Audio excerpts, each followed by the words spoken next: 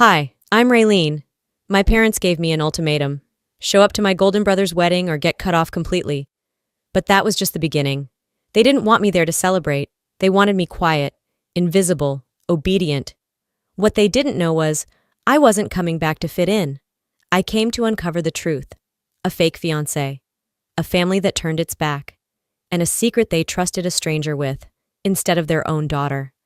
How do you survive a family that only loves you when you're silent? I was halfway through revising a budget proposal when my father's name lit up my phone for the 5th time. I didn't need to pick up to know what it was about. Gavin's wedding. Again. I let the phone vibrate across the glass surface of my desk, its slick modernity a stark contrast to the chaos it signaled. For a year, I'd kept my distance. Denver gave me space, structure, peace. But my family had a way of slipping through cracks I thought I'd sealed. When the buzzing finally stopped, it was replaced by a sharp ding, an email. I glanced down. The subject line made my stomach tighten. Your presence is expected. Final notice. I opened it.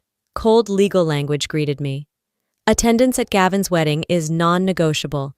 Failure to comply will result in revocation of your inheritance. Consider this your final opportunity to demonstrate family loyalty. They didn't even try to hide it behind pleasantries. It wasn't an invitation. It was a threat. I leaned back in my chair, heart steady but heavy. The absurdity wasn't in the threat, it was in the assumption. They still believed I needed something from them. I didn't. Still, I stared at the message longer than I meant to. Then came the second hit. A forwarded voicemail from my HR manager. I clicked it. Hi, this is Cynthia, Raylene's mother. I'm calling because she's refusing to come home, and we're concerned. Could someone please talk to her about taking some time off? This is a family emergency. My blood ran cold. She'd crossed the line from guilt-tripping to professional sabotage. Calling my job? Who the hell does that? The rage didn't boil. It calcified. I wasn't a teenager sneaking out of the house anymore. I was a 34-year-old woman with a 6-figure salary and a resume they never acknowledged. But that didn't matter to them, because Gavin, their golden boy, was getting married, and I was the only loose thread in their perfect tapestry. I opened my closet and pulled out my diploma. Summa cum laude, data science, University of Chicago. Still hidden behind coats like a secret. My eyes drifted to the calendar on the wall. The wedding week was marked in red, angry ink. I remembered what Mom once told me after I won a regional science fair. Don't outshine your brother, sweetie. It makes him feel small. She'd said it like it was reasonable, like it was my fault for being visible. I shut my laptop, opened a private browser, and booked a first-class ticket to Franklin.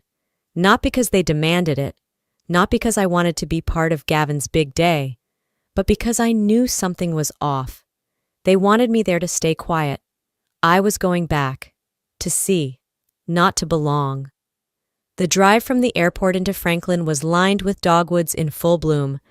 Everything looked postcard perfect, exactly how they wanted it. I didn't expect a welcome committee, but I wasn't prepared for how casual my arrival would be. The front door opened before I could knock. My mother, cordless phone on one shoulder, clipboard in hand, glanced at me like I was the mail. Raylene, good. Put your bags in the laundry room and check the list on the fridge, she said, barely pausing before walking away mid-sentence. I didn't get a hug. I didn't even get eye contact. Inside, the house had been overtaken by soft pastels, faux gold accents, and those annoyingly inspirational cursive signs. Love is patient, love is kind. Funny, no one here practiced either. A half hour later, while I was quietly folding programs on the back porch, Mom announced in front of aunts and second cousins, Raylene's helping with logistics. She's been so generous with her time. No mention of bridesmaid, not even a seat assignment at the rehearsal dinner. Verity smirked. Gavin said nothing. I had become staff. Later that afternoon, while cleaning fingerprints off mason jars, I checked my phone and saw a Facebook post from my father. So proud of Gavin. Send your love his way during this special time. Some people sadly chose not to support him, but love always wins. I didn't reply. I just screenshotted it. A cousin I hadn't spoken to in years DM'd me, "Why are you being so selfish? Gavin deserves happiness. Don't ruin it." That night, I walked past the old hallway where our family photos used to hang. Gavin's most improved tennis player plaque still shone under the hallway light. My debate trophies, mathletes plaques, my scholarship award, gone. Still in a dusty box, last I checked. I didn't scream. I didn't confront. Instead, I helped hang banners, tied bows, counted candles. But as I watched Verity on the patio posing for her sunset selfies, something about her didn't add up. Too perfect, too rehearsed. That night, while the others were asleep, I sat on the guest bed with my laptop, opened an incognito window, and typed her name. What I found didn't match her story. The loading bar crawled across my screen as the page refreshed. I was deep in it now, 2 hours past midnight, the house still except for the hum of the ceiling fan. Her LinkedIn page was a joke, no college listed, a title like Strategic Financial Consultant with no real firm attached. The business name she used, Arbor Nexus, didn't show up in any official state registry, just a website with stock photos and 3 sentences. I dug deeper. I searched through business filings, digital footprints, anything tied to her email. That's when the aliases started appearing. Melissa K. Langford, Olivia Sherwin. Each linked to investment forums full of complaints, all women posting stories that sounded eerily similar. Whirlwind romance, flashy promises, and then emptied accounts. I didn't need a smoking gun. I already had the fire. One name popped up more than once, Judith P. Schaefer. She'd posted in a closed thread about an Olivia Sherwin who vanished days before her wedding, taking $38,000 and a family heirloom ring. I found an old email address tied to the account and took a chance. 5 minutes later, my laptop buzzed with a video call. The woman who appeared on screen looked tired, guarded. "I'm not giving you anything unless I know who you are." I turned the webcam slightly toward my screen and pulled up a picture of Verity. Judith froze. "That's her," she whispered. "She said her name was Olivia. She told my mother she'd never worn a ring so special. 2 days later, both were gone." The sadness in her voice didn't beg for pity. It warned me. I ended the call, saved the recording, and backed everything up. Local, cloud, encrypted. If I'd taken this to my parents, they'd say I was jealous. If I told Gavin, he'd ask why I was always trying to ruin things. So I waited, listened, calculated. The next morning, I passed through the kitchen on my way to the front porch. Verity was already seated with my mom, sipping tea and laughing like she'd grown up in this house. My father walked in behind them, patting her shoulder. "She's the best thing that's ever happened to Gavin," he said, like it was scripture. I smiled. She certainly knows how to make an impression. But inside, I had already drawn my line. After breakfast, I asked everyone to gather in the living room under the pretense of reviewing the wedding schedule. They shuffled in slowly, Mom with her notepad, Dad with his mug, Gavin yawning, and Verity in a silk robe like she'd woken up in a spa, not my parents' guest room. I stood in front of them, tablet in hand, and said calmly, "This won't take long, but it's important." I tapped the screen. First, Verity's fake LinkedIn profile. Second, the non-existent business she claimed to co-found. Third, aliases she'd used. Melissa Langford, Olivia Sherwin. "Recognize those names?" I asked. No one spoke.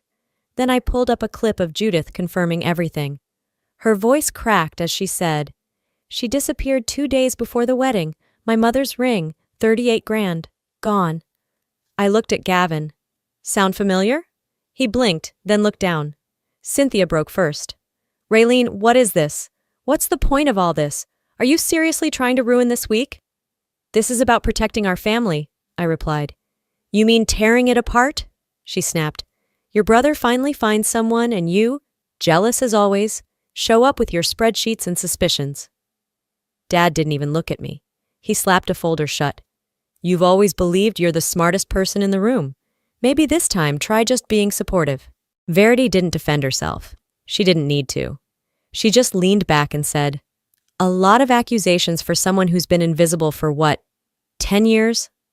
No one defended me. Not even Gavin. I walked out before I said something I'd regret. The sky outside matched my mood. Heavy, gray, on the edge of a storm. I took the gravel trail behind the house.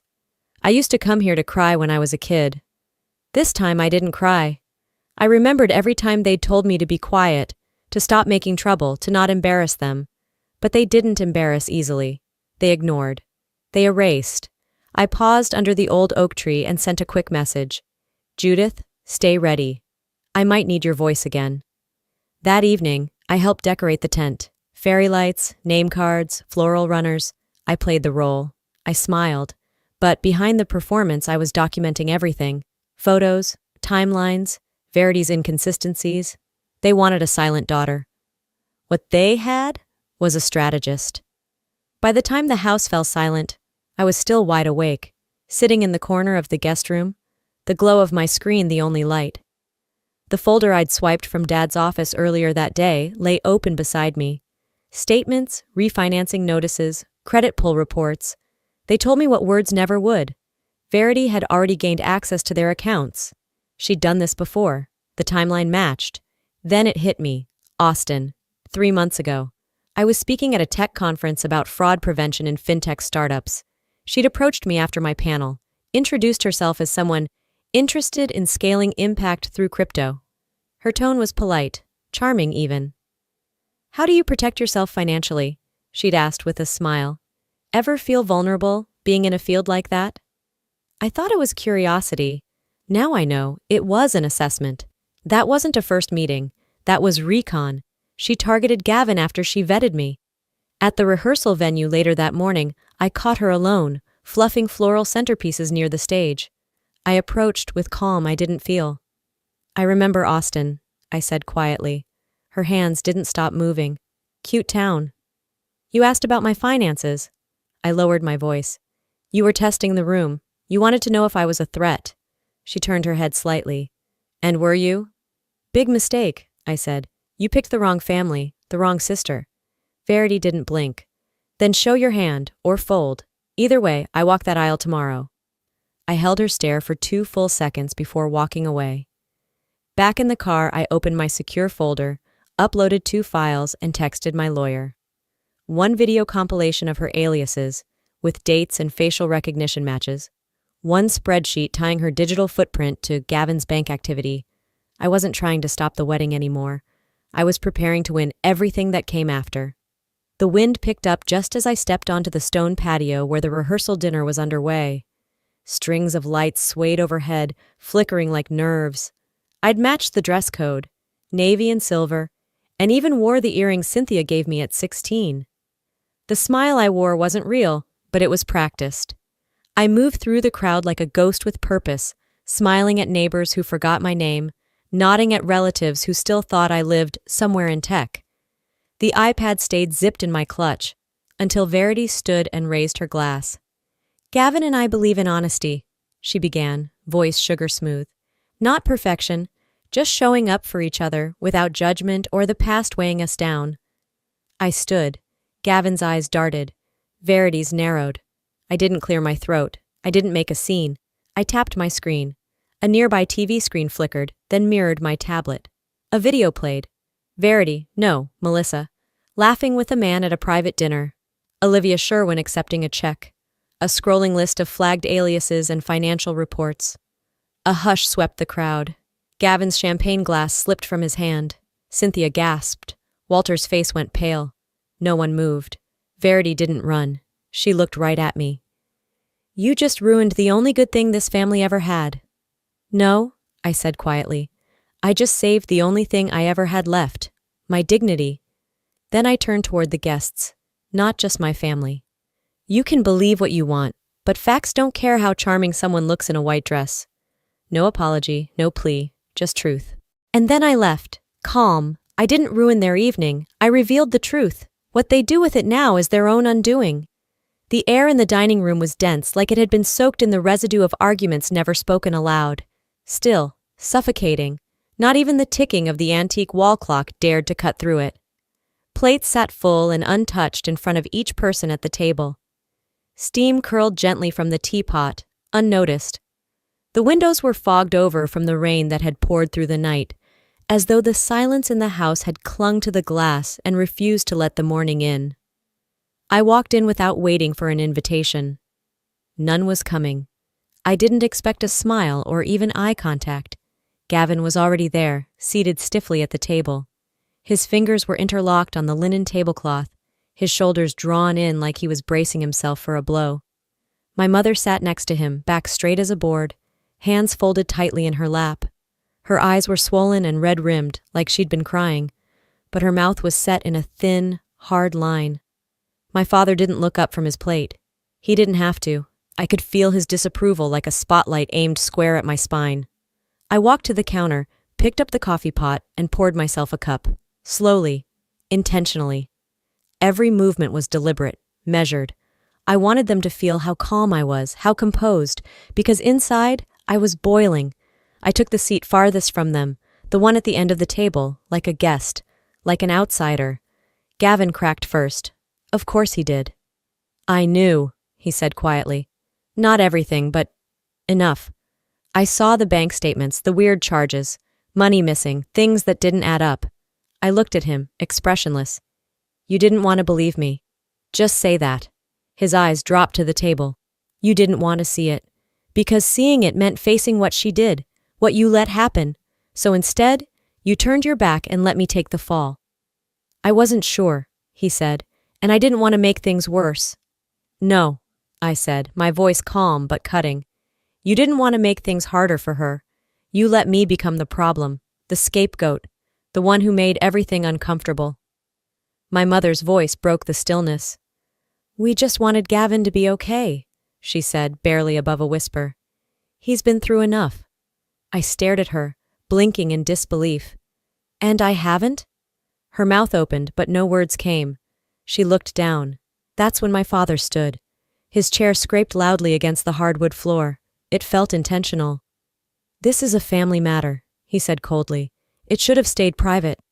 I let out a dry, bitter laugh. That's exactly why I went public. Because in this family, privacy just means silence. It means pretending nothing's wrong until someone breaks. No one interrupted. I brought you all proof, I said. Not speculation, not guesses. Documents, records.